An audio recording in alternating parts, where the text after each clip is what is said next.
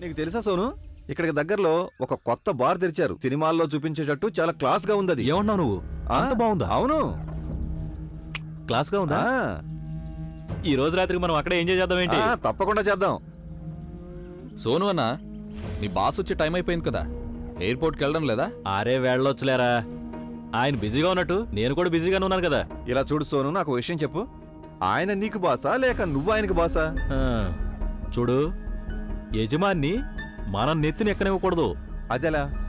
అరే ఇది మన సొంత లైఫ్, స్నేహితులు ముఖ్యం కదరా. అలాగా? అస్సరే, ఆయన ఫోన్ చేస్తే ఏం చేస్తావు? చెప్పు చెప్పు, అప్పుడు నువ్వేం చేస్తావు? అసలు నా ఫోన్ కలిసినప్పుడు కదా. నా ఫోన్ ఆపేసుంటే అప్పుడు? ఫోన్ ఆపేసుంది.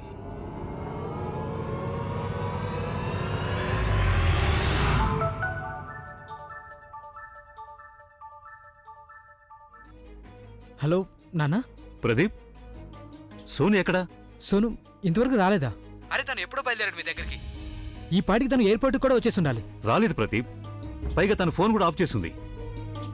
ఎప్పుడు టైంకి రాడు ఇతను, ఎప్పుడు వెయిట్ చేయాల్సిందే. సరే మీరు ఒక పని చేయండి, అక్కడేం వెయిట్ చేయకండి, టాక్సీ మాట్లాడుకుని వచ్చేయండి. నేను చూస్తానులే. టాక్సీ.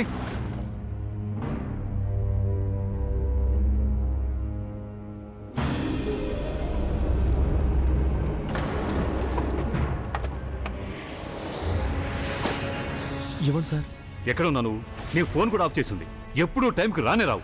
ఎయిర్పోర్ట్లో ప్రతిసారి నీకోసం వెయిట్ చేయాల్సి వస్తుంది. సారీ సార్, అది నేను టైంకి బయలుదేరాను కానీ బండి టైర్ పంచర్ అయింది, అందుకని దాని స్టెఫ్ని మార్చుకురావడానికి టైం పట్టేసింది సార్. ఏదో ఒక సాకు ఎప్పుడు రెడీగా ఉంటుంది నీ దగ్గర. నేను సాకులు చెప్పడం లేదు సార్, నేను చెప్పేది నిజం. కార్కేసివు. సార్ అవి బండిలోనే ఉన్నాయి. రేపటి నుంచి పనికి రావాల్సిన అవసరం లేదు. అవుట్.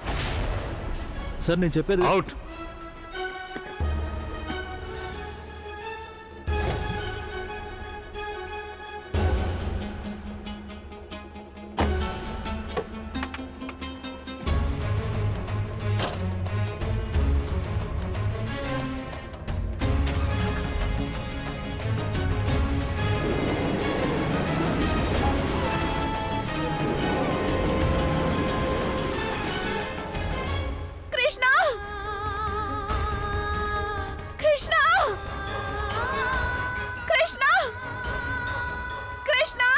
మేడం, మేడం, నాకు తెలిసి కృష్ణ ఇప్పుడు ఇక్కడ లేదు. ఒకవేళ ఉండుంటే మీ గొంతు విన్న వెంటనే జవాబిచ్చుండేది.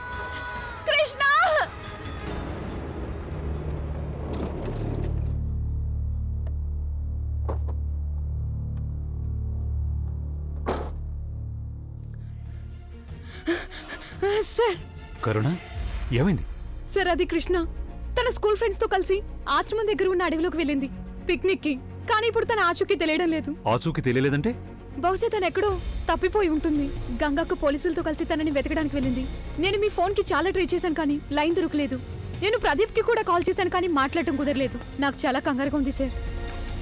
రా బండిలో కూర్చో, త్వరగా కూర్చో. హరి అప్. అమ్మా, అలాంటి వాళ్ళది నిజమైన ప్రేమ కాదు, అది వ్యామోహం.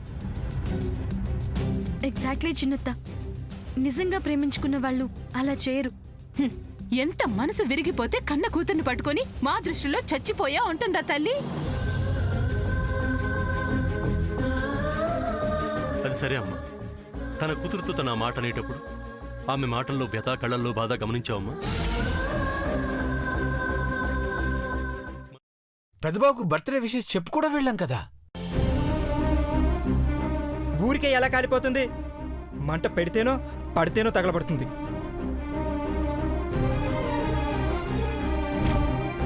కరెక్ట్ చిన్నబాబు, నీకొచ్చినట్టే నాకు డౌట్ వచ్చింది.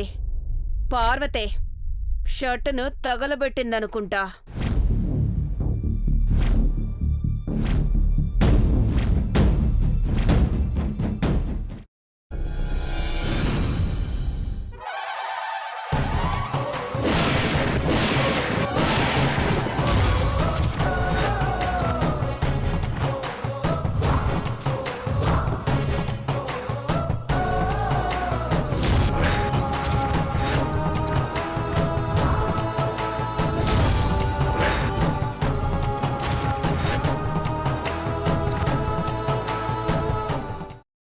కున్న తర్వాత పొట్టు తీసేసి చాప్ చేసి పక్కన పెట్టుకోవాలి.